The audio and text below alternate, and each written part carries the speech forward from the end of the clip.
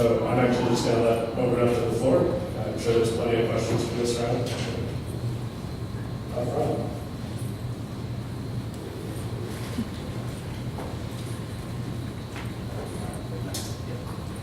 Hi, my question is for Yusuf.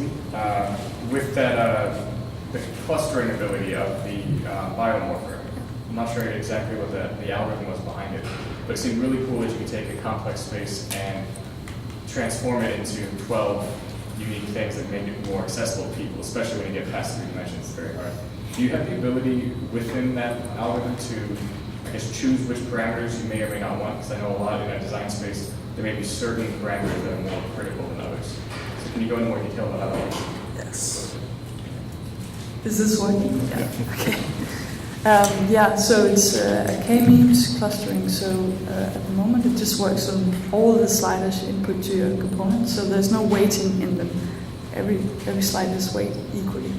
And then it normalizes all the sliders. And then it calculates the Euclidean distance between these. So if you have a number of points, then it creates 12 initial clusters, and you might have noticed that I specified that it's a k-means plus algorithm, and that's something that deals with the initial clustering to get a good seed. So you try to avoid ending up with clusters where there's 0 members. But then it works like you have 12 initial clusters, then you calculate the centroid of each of those, then you calculate the distance from all of the designs to their closest one, and then it regroups it, and it runs until there are no designs that wants to go into another cluster. It's actually, I mean, when you see it visualized, it's super simple, and I think that's one of the beauties of this, or a lot of these machine learning techniques. It's super simple algorithm, but it's super efficient when they're used in the right context. But at the moment there are no like weighting options, but it's a good point that you could do that. I think one of the things that we have talked about as well is to not only use the genes to make this clustering, but maybe also the performance of the designs could be useful in clustering.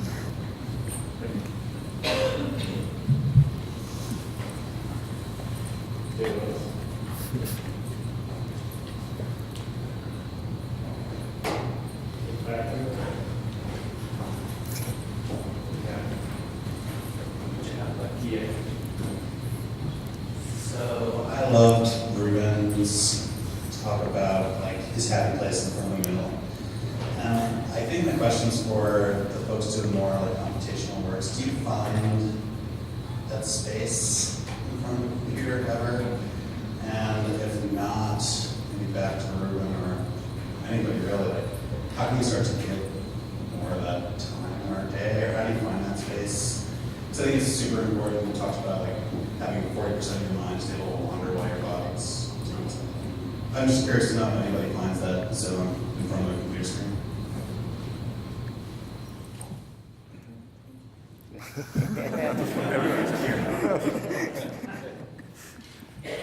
I mean, I'll say that I absolutely do.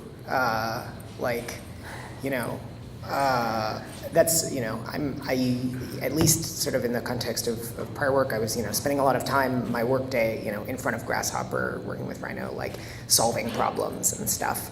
And then I wind up doing like the same thing on the weekend, only I'm like on the couch, my laptop or whatever. Maybe there's like TV on, but I'm like, kind of noodling or exploring through. And I think it's a testament to kind of the nature of that program in particular, that it can be sort of pleasurable and intuitive and exploratory and feel like you're sort of focusing and thinking through work, but also thinking about like ideas and other things at the same time. I mean, we all have our things that are like skills that we know so well that they become second nature and meditative for us. So I'd say, in front of a computer, whether it's scripting or rhinoing. I have a question for Ruben. So, as you seem to have a very analog process up to a point, but then you sometimes cross over into laser cut options, or you have to work with us at TT about finalizing a design. Does that pull at you in any way, or is that just something else you lean on to embrace in your process? Yeah, I mean, I wouldn't put it like I have to work with people. It's a complete pleasure when it happens. And it's a pleasure to work with other people instead of being, otherwise it'd be a very solitary practice. And so that's something that I really value about it. I mean, there's a couple ways I look at it. One of them is that when in high school, we probably all did those constructions where you drew like, circles and, things like straight edge and compass, right? Straight edge and compass. Yeah. Reference. So it was a limited, there was only there was a subset of things that you could draw given those tools. There were some things that were impossible, like trisect and angle, you just couldn't do given those tools. And so in a way, feel like I'm exploring a subset of sculptures that can be made using analog means. And I love the math, like the way that some equations can be worked out and have a closed form solution. Like, x equals this, and you have your answer, as opposed to other ones that you had to work out by brute force. And so something that has an analytical, analogically solution is something that I go for. But I absolutely love working with other people too. And so there's things where it just breaks down, and I'm really happy to get help from you guys or other people. Is that usually the threshold? Is you hit a wall on your own, or probably? Yeah, I think that's right. Some reason my intuition just stops at that Pythagorean pattern. Yeah. Couldn't get any traction. Yeah, wasn't get anywhere. Yeah. I want to just, I want to speak to sort of your question and the question about the happy place, because I think there's a kind of false binary being set up here, which is the sort of labor of the manual and the labor of the digital. And I think that one of the things that seems to break down, at least in my engagement with the digital, is how it translates into the material world in ways that are not about wielding a hammer or a drill, but actually have to do with, let's say, orienting a piece of material on a CNC bed that then is going to be machined for tool pathing, but actually that manual act of orienting the work or thinking about how the jigs are then oriented to the work becomes a really materially embedded problem. And I think that we have encountered in dealing with these types of softwares a real kind of limit condition whereby once we start dealing with actual material properties, the softwares sort of start to reach their end capacity.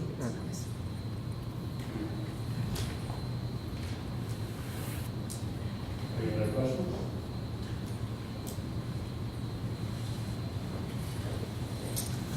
My question is about the structural health monitoring. Your presentation, you suggested monitoring on a large scale. I wonder if you could maybe elaborate that a little bit better, because I know in some laboratory settings, strain sensors, stuff like that, can be unreliable, fail frequently. I was thinking about that on a citywide basis, how that might work, what type of investment. Maybe just elaborate a little bit. Yeah. So if you go to the, let's say, city level, scale, the first thing is that we probably would not monitor every single structure, because some structures are not really, prone to the damage, or the damage to some structure will not probably cause collapse and so on. So we can select, the structures to be monitored. But then those structures that are selected to be monitored, they will be equipped with the sensors. And that's what in the past was a big trouble, is the data transmission, data storage, and data analysis. And all these things today are, more or less solved, or they are on a path to be solved. The problem of longevity of sensor is the true problem. So one way to do it is, we still have to get more experience. Fiber optic sensor seems to be quite durable. I have experience which is over 20 years, and they seem to work pretty well in long term.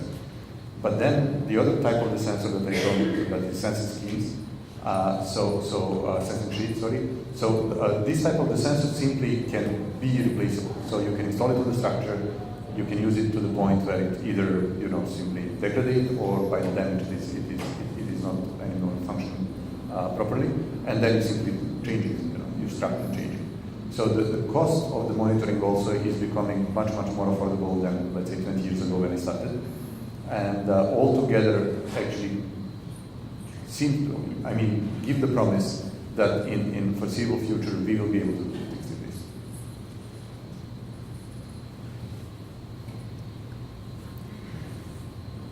Any other questions?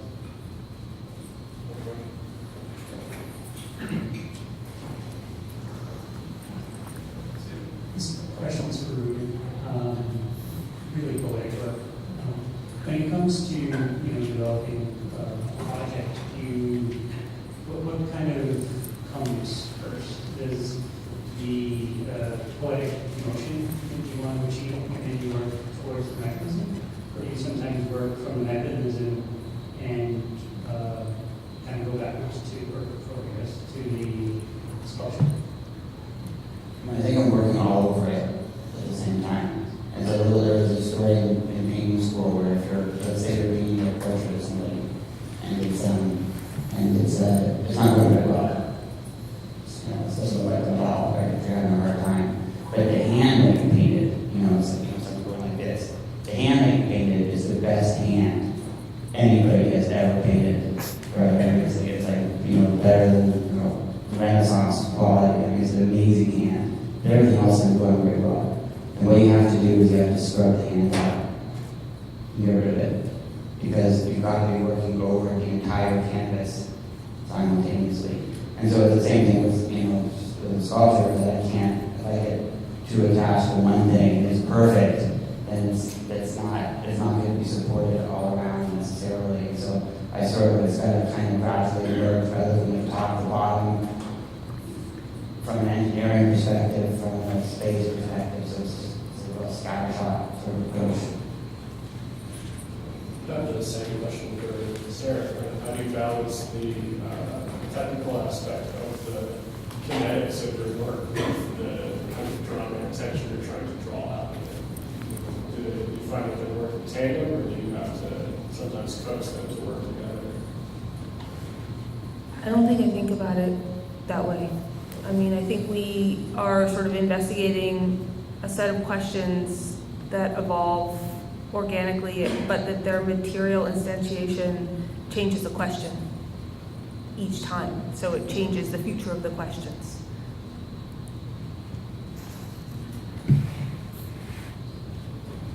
Anything else?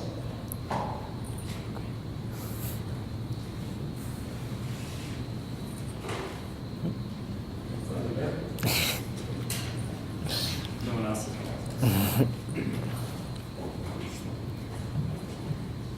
I have something that I was really inspired by reading your waveforms, and I'm curious what you all think. I've always noticed this sort of a humanistic quality in sort of harmony of a mathematical pattern, like you were expressing in those waveforms. It all comes from a sine wave, from a simple motor, and it creates this really complex form, and we all naturally are drawn to it. Now, we may not understand the mathematics behind it, but even a child would, I think, feel something. There's like that joy we mentioned.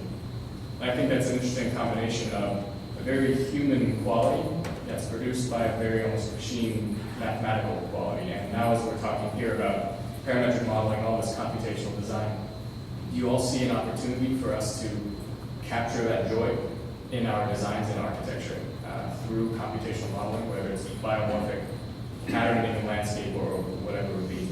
I'm just curious if you all see that connection and if you see opportunities for it all.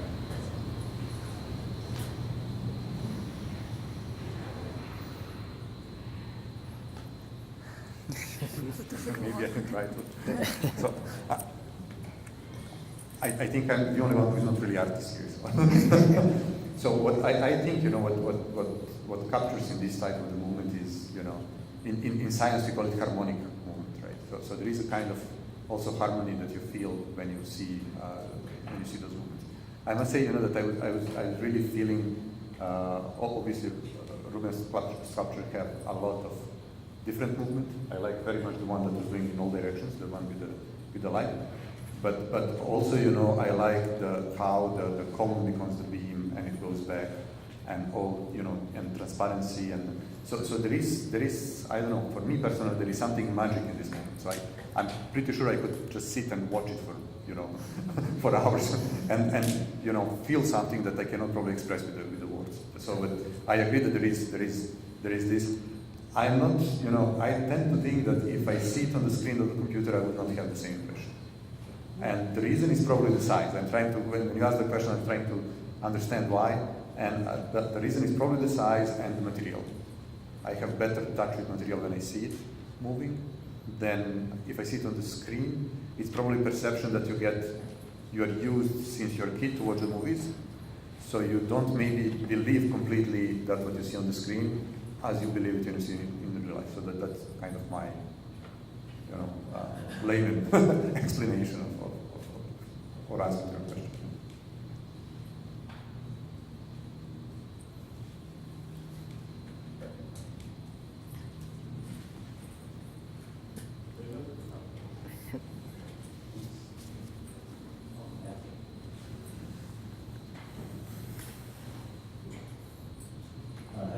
I had a question for the whole table. If you had all of the time and resources to make one really great thing, what would you make?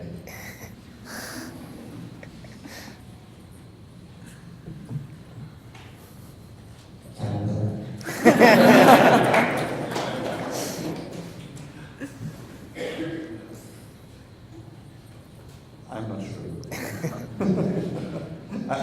I like many things, so I don't really. I'll maybe pass the microphone, and then by the time it goes to the end, maybe I can answer this question.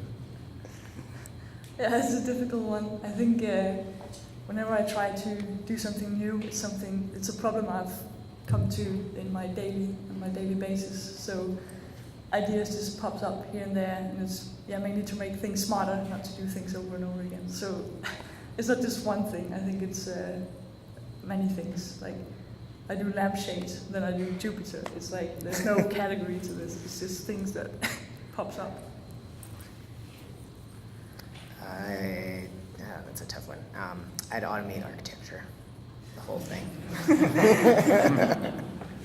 All my time and most of my resources already go to this, so exactly what I'm doing. Probably try and make a canoe. That's the right to do that. I'd like to be able to make a dynamic system in perfect equilibrium that changes its location and acts as a kind of threshold. You alluded to like a room. Yeah, but I think an actual full envelope is less interesting than a boundary between envelopes for me. So I was encouraged by Cecilia's answer when she said multiple things. So I actually, the way I finished up working with the sensors and structure health monitoring is that, I was looking for PhD and there was a nice open position at EPFL in Lausanne. And I know that I really had the chance to work with, I think I applied the sensors to literally every type of structure that we can think of. So starting from the, bridges built, and when I say bridges, could be beam, could be continuous beam, could be suspension bridge, cable stay, then in tunnels I did pipe foundations, and I really enjoyed all of them. I really enjoyed structural engineering in general and discovering how the structure behaves. So I like to see the data and to make it meaningful. So that's definitely something that I like very much. So the other things, so I actually published 2 books in my life and so far. And the first one is titled 5 Logic Methods for Structural Health Monitoring. And the other one is titled Handstands and Handstand Banknotes of Serbia from 1916 to 1921. So I even got a small award for Serbia. So I have some other hobbies that are also taking my time and making my thoughts flying. So yeah, that's about my answer to the question.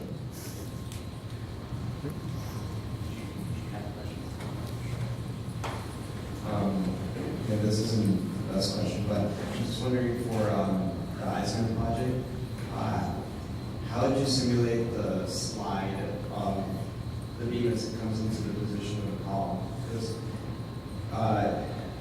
it just seems like there's this whole drum with how that piece is actually flowing, and then you kind of have to calibrate, that on the rail, make sure that it has like a sort of that fluidity.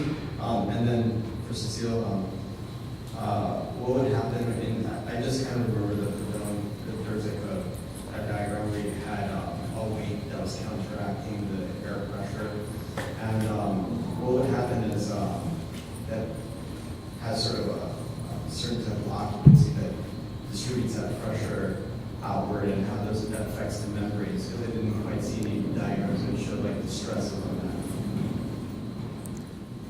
So for the first question, in the Wexner project, it doesn't slide.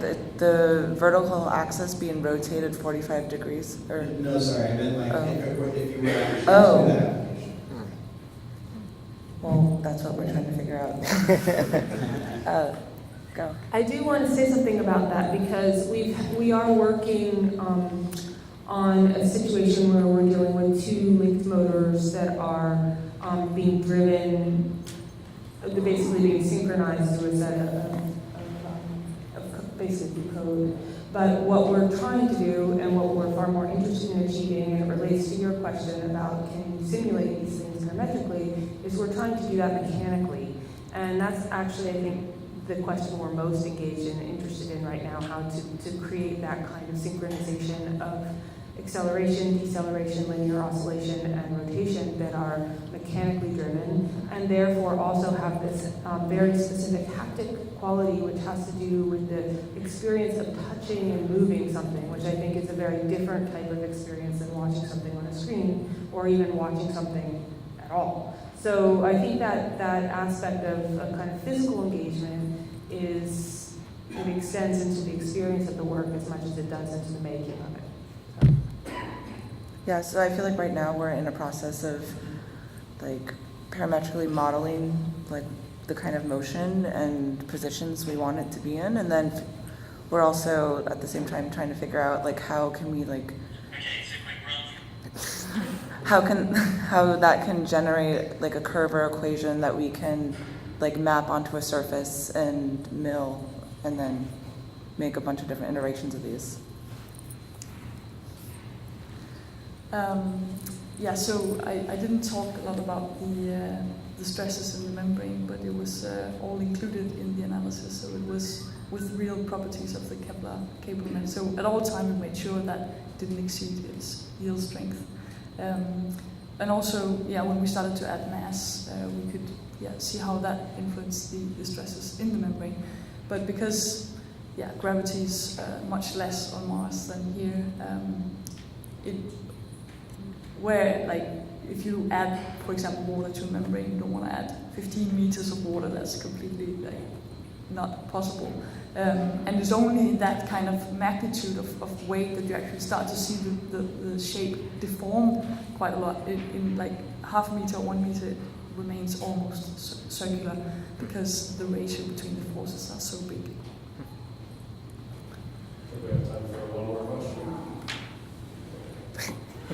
So I have a question actually for the when you speak about this, sliding and rotational movement. Did you try to model it because you only need to slide in order to go around the horizontal beam?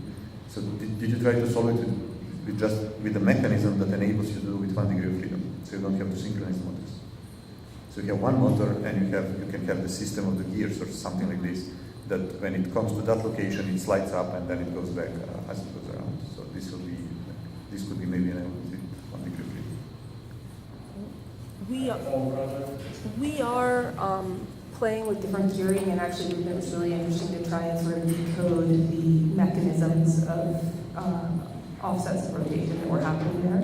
But I will say we've had issues with clearance and diameter, so that our linear travel has to match the diameter of a set of rotational mechanisms, and so we've been exploring alternatives to that type of expansion of linear travel that isn't planetary gear systems, et cetera, et cetera. And so there's a lot of layers of how we're trying to get there, and I'd love to sit down and talk with you about this, just following this discussion.